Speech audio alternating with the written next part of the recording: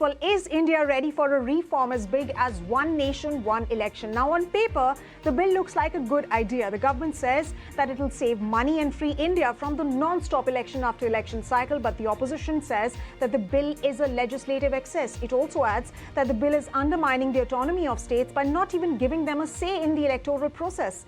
It also has claimed that the centre has failed the number test, with BJP and its allies managing only 269 votes in support of its initiative today, while 189 MPs opposed it. The centre's biggest argument is that ONOP, or One Nation, One Poll, streamlines the election process, giving it time to focus on development rather than continuous and frequent campaigning.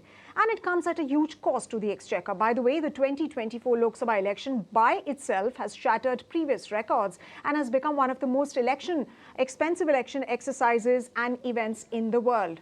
For now, the bill has been sent to a joint parliamentary committee for detailed discussions. After, like I said, 269 members voted in favour and 196 members voted against. But is it an idea whose time has come? What does this really mean for us, voters? We'll discuss all of that. But first, let's get you some key political reactions that we got today. Beyond the seventh schedule of the Constitution is the basic structure doctrine.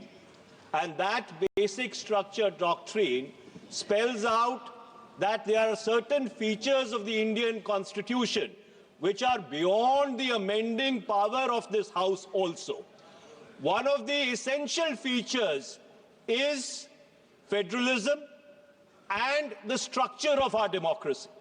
And therefore, the bills which have been moved by the Honourable Minister of Law and Justice absolutely assault the basic structure of the Constitution and are beyond the legislative competence of this House, and therefore they need to be opposed ab initio, and the introduction of those bills have to be stopped.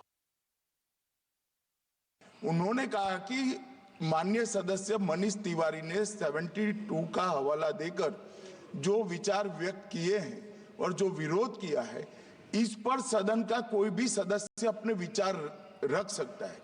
अब Congress party में विचार रख सकता है मतलब विरोध ही करना है, मगर विचार व्यक्त कर सकते हैं इसका मतलब होता है पक्ष में भी बोल सकते हैं। The basic structure of Constitution is read in between the lines. This proposed bill hits the basic structure of the Constitution itself. And if any bill, any act which hits the basic structure of the Constitution, that is ultra virus. Congress party बेफजूल issue बना रहे हैं। अगर कांग्रेस कहता है कि ये unconstitutional है, तो देश जब आज़ादी मिली तो वन नेशन वन इलेक्शन से ही शुरू किया। पंडित जवाहरलाल नेहरू जी इतने लंबे समय तक प्रधानमंत्री रहे, वो वन नेशन वन इलेक्शन ही था। तो क्या कांग्रेस कहना चाहता है कि Nehru ji unconstitutional prime minister था? तो कांग्रेस बताए ना, हिम्मत है तो बताओ कि वन नेशन वन इलेक्शन से इतने लंबे समय तक नेहरू जी प्रधानमंत्री थे तो इलीगल, बता के देखो, हिम्मत है तो हाउस में। And to discuss this, I'm now joined by Karan Verma, author and political analyst, and also Kapil Madan, advocate. Thank you very much, gentlemen, for joining us this evening on ET. Now, let me come to you first, Kapil. Now, lots to discuss and debate over the next few minutes on the constitutionality of, this bill, on, the kind of expenses that are incurred and what's in it for the voters. And of course, we'll go to all of those points in just a bit. But first, let me ask you, who stands to benefit? Is it the ruling party at the center or state parties? Because, the BJP says that the country is in a perennial election mode, investment flows get impacted, governance takes a backseat, but who gets to benefit more if this idea is indeed implemented? So I think, Sumita, that the question that you have asked, it's in a realm of speculation, and I don't like to speculate, as my esteemed learned panelists also here would agree with me that this is all speculation, whether it will be affecting the government or whether it will be affecting the opposition or whether this will be in the larger interest of the people. This is all speculation. But let me say only one thing here: once you have a constitution process, once you have your constitution machinery in place, the logic that the government is giving is that our parliamentary forces and the expenses that we incur in conducting all these elections that keep on happening after a short span of time, these expenditure can be saved, and therefore we can utilize those resources towards the growth of the nation. So I just ask one question here. I mean, tomorrow there could also be a preposition that we have courts here, we have constitutional courts here. There is an expense of course that the government has to incur in ensuring that the constitutional court functions. Tomorrow they might propose an alternative executive run judicial system. That can't, I mean, if you try to do that, that is typically affecting the basic structure of the constitution. And I just draw this example that I gave towards what we are debating right now. Our constitution proposes that we are unity of states, and we have article 82, we have article 368, we have articles that shows and specify what will be the nature of what will be the duration of the state assemblies, what happens if the state assemblies are dissolved, how the elections are to be held. So these all mechanisms, provisions are already there in the constitution. Once you are trying to tweak and change these preposition is, to my understanding, you are Right. going into stepping into a Right. space where you're trying to alter the basic structure. And the logic that you're trying to give is that we will be saving our resources, because elections, when we had first elections in the 50s, we had Right. simultaneous elections of Lok Sabha and Vidhan Sabha. Right. Let me give you a logic that logic does not hold any water, because that was the Kapil, time when I'll come on the constitutionality part. Kapil, I'll come on the constitutionality part in just a bit, because, like you said, that there is that argument that if simultaneous elections happen in 1951 till 1967, there is a fair argument that they can happen even now. And even when we saw during general elections, there were several states like Odisha, Andhra, that went to poll simultaneous polls as well. Karan, let me ask you that question. Who really stands to benefit if simultaneous elections were happen? Because one of the arguments is that the party that wins in the state also wins in the center as well. And of course, voters find it very difficult to demarcate and distinguish between the party that is contesting elections for the center and for the state. So that difference gets eliminated. So I'll start with the argument, that this was the norm right till 1968, and it would have still been the norm if not for the then Congress government dismissing state governments pretty much unconstitutionally. I mean, at least saying misusing Article 356. So this has been suggested, Suvida, by every commission. The Election Commission report in 1983, the 1999 Law Commission, the 2002 National Commission to Review the Constitution. They said that it doesn't violate the basic structure of the Constitution, and it's a huge, huge burden on resources. Because I'm on ET now, I will quote the CII, which says that because of the Model Code of Conduct, investments start drying in a state 3 months before the Model Code of Conduct kicks in. And it takes another 2 months. If we just add the number of days we have elections in a year in this country, given the Model Code of Conduct and every working, it's close to 120 days in excess of that. So as long as it doesn't violate the basic structure and it helps us in saving resources. Karan, there are arguments against that as well in terms of the election machinery that will need to be employed, in terms of the infrastructure that will need to be doubled, and of course, the staff that will need to be employed. So there are arguments in favor of that as well. But just help me understand, who does it benefit more? Does it benefit voters as a result of simultaneous polls? Just help me understand that, because you can't really expect leaders to talk about local issues like sanitation, like water scarcity, while also speaking about national issues as well in the same rally. Well, in that case, you underestimate the intelligence of the Indian voter. In Orissa, it's happened in the last elections also, not this one, the Lok Sabha elections of 2019, where they voted differently in state and differently in the center. That's happened for so many times. Andhra Pradesh, that's happened a couple of times in 2004, 2009. So, there are many examples where people know how to differentiate between the two. And we have evolved voters who can do that. You have different EVM machines for that. You have a different booth for that. This is for the local election and this is for the central election. This helps us save a massive expense. And when you talk of deployment of officials, it's come from the Election Commission. It's also come from the Ramnath Kovind panel, which has in detail given how this can be orchestrated from an operational standpoint. So, it's about building consensus, and I'm glad it's going to the Joint Parliamentary Committee, because this is an idea whose time has now come. It should have never gone in the first place, if not for toppling of state governments. Right. Right, Kapil, but won't it be good for state parties to go national as well and get that kind of prominence? What do you think of that? Let me just, take my learned friend's logic a little further. Now, tomorrow, if his logic is to be accepted, Could you first answer this? We'll go to that point. Kapil, yes, will go to that point, but could you please answer this question issue. first? That's an important issue. Therefore, and your question will also get answered. If I draw my learned friend's, argument a little further, then perhaps what the government can do is, government can change and alter the term of the Lok Sabha to maybe 15 years. Then your expenses of conducting elections after every 5 years will go down, because now you will have Lok Sabha elections always 15 years, and the logic that you'll have is that we are saving resources. So once you have your constitutional mechanism in place, once the elections and the federal system that we have is a part of basic structure, we are unity of a union of states. So it, to my understanding, it will impinge the basic structure of the constitution, and therefore it may not be constitutional. And in fact, what I hear, I could not see the parliament proceedings, and what I hear from the reports is that the government didn't have the required numbers even to get this bill passed in the Lok Sabha today. So this is, if you are here, so that's the first threshold that you need to cross in the parliament. Even if you cross this threshold, let's assume Right. that the parliament did pass this Right. bill. Even then, this will be tested. The constitutionality of this amendment will be tested before the courts of law, and ultimately the courts will have the final word. Absolutely. Absolutely. Absolutely, Kapil. So when you say that this is against the the federal structure of our country and this is anti-constitutional, the argument from the other side is that if it was implemented during the Congress regime, wasn't it undemocratic back then? No.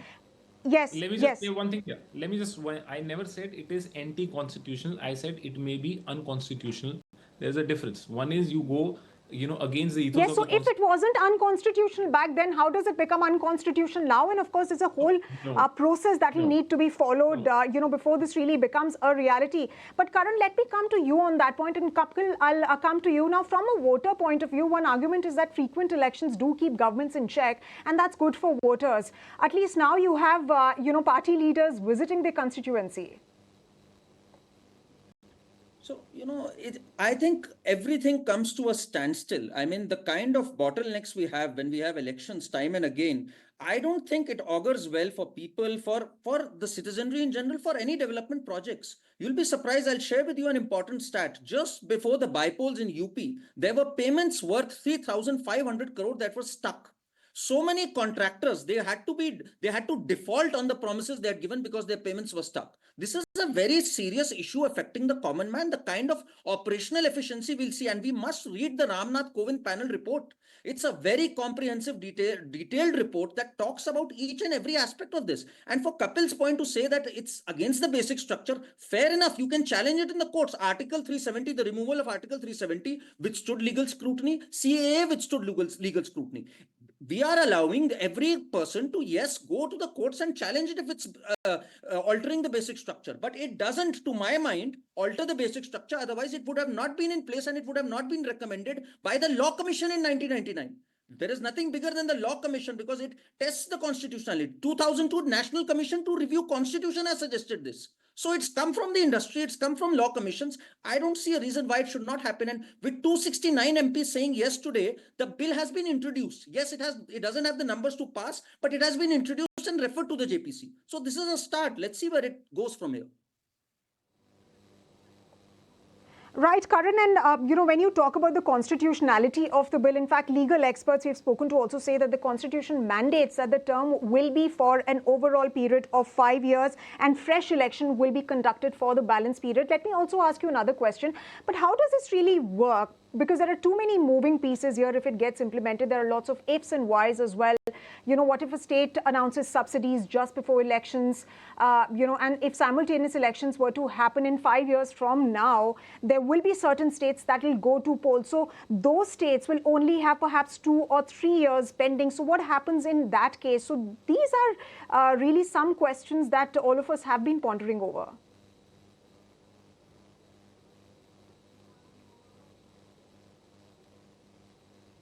Karan? So this is, Sumita, this is exactly what needs to be discussed and what has been spoken about by Ramnath Kovind. In his panel report, he's given 2-3 options, either to have elections or to somehow change the term, because it will be one bitter pill that one has to swallow, a one-time bitter pill to get this in order. Because once it's aligned, we'll have elections one time, like 5 years or whatever.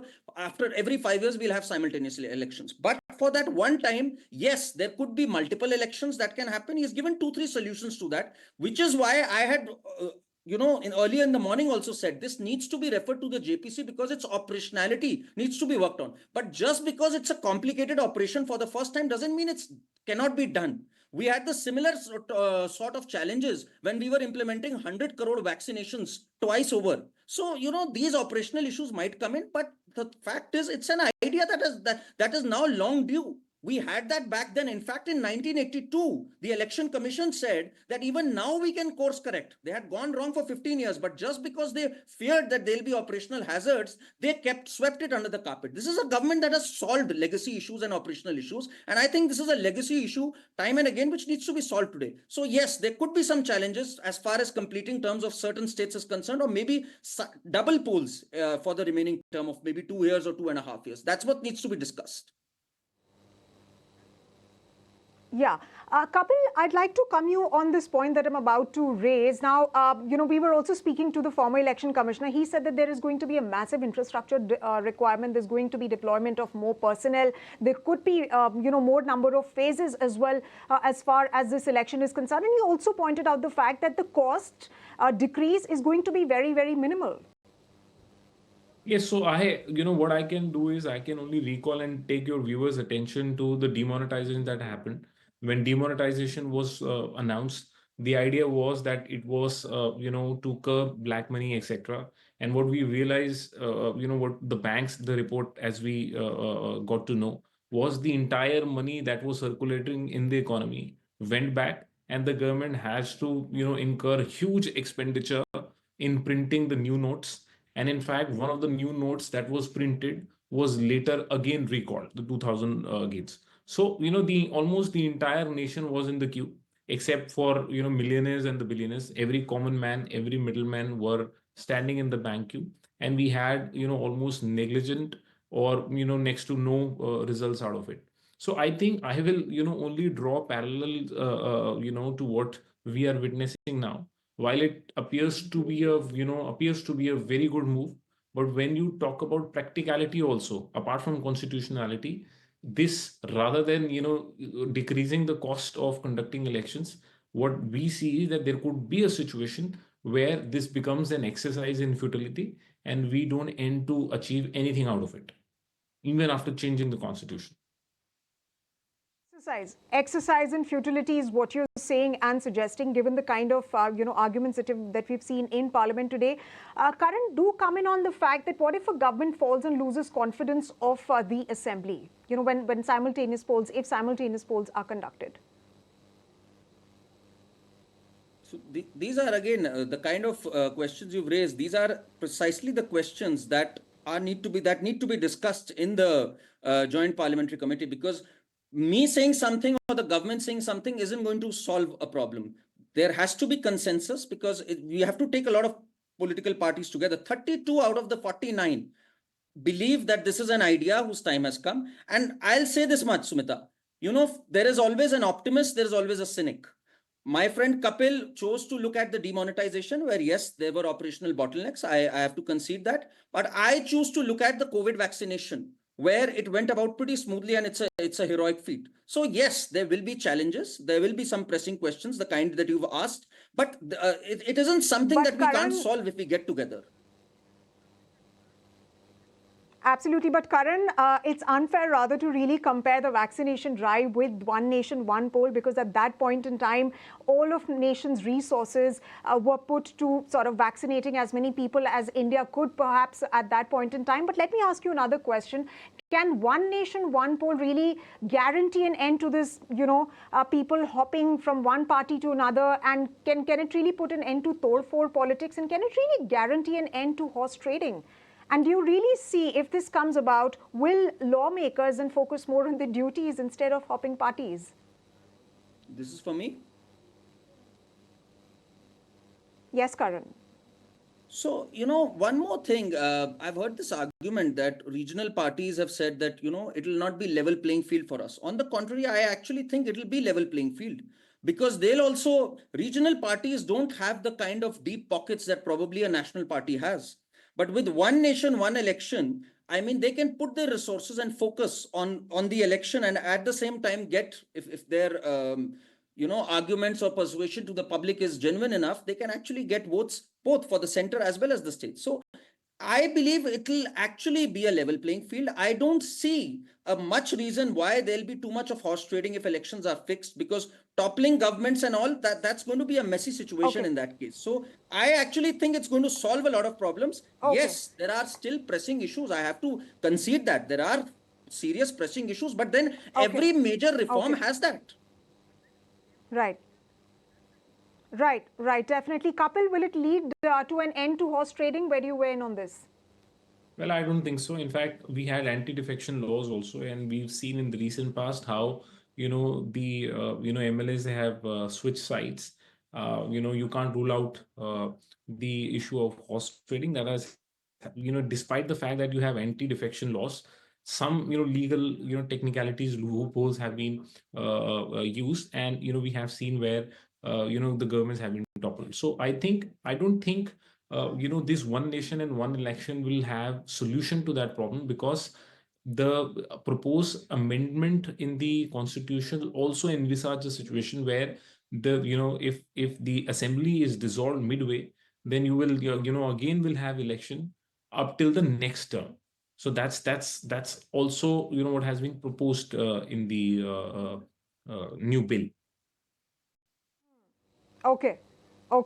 So you essentially state that this might not essentially put an end to horse trading that we see in these elections. But gentlemen, thank you very much for joining us this evening on ET Now. This definitely is an idea that has been discussed. Today it was tabled in the Parliament. Today it's gone to JPC. We'll see how that really comes about and how this really takes shape. On that note, thank you very much once again for joining us. If you like this video, then like, share and subscribe to ET Now.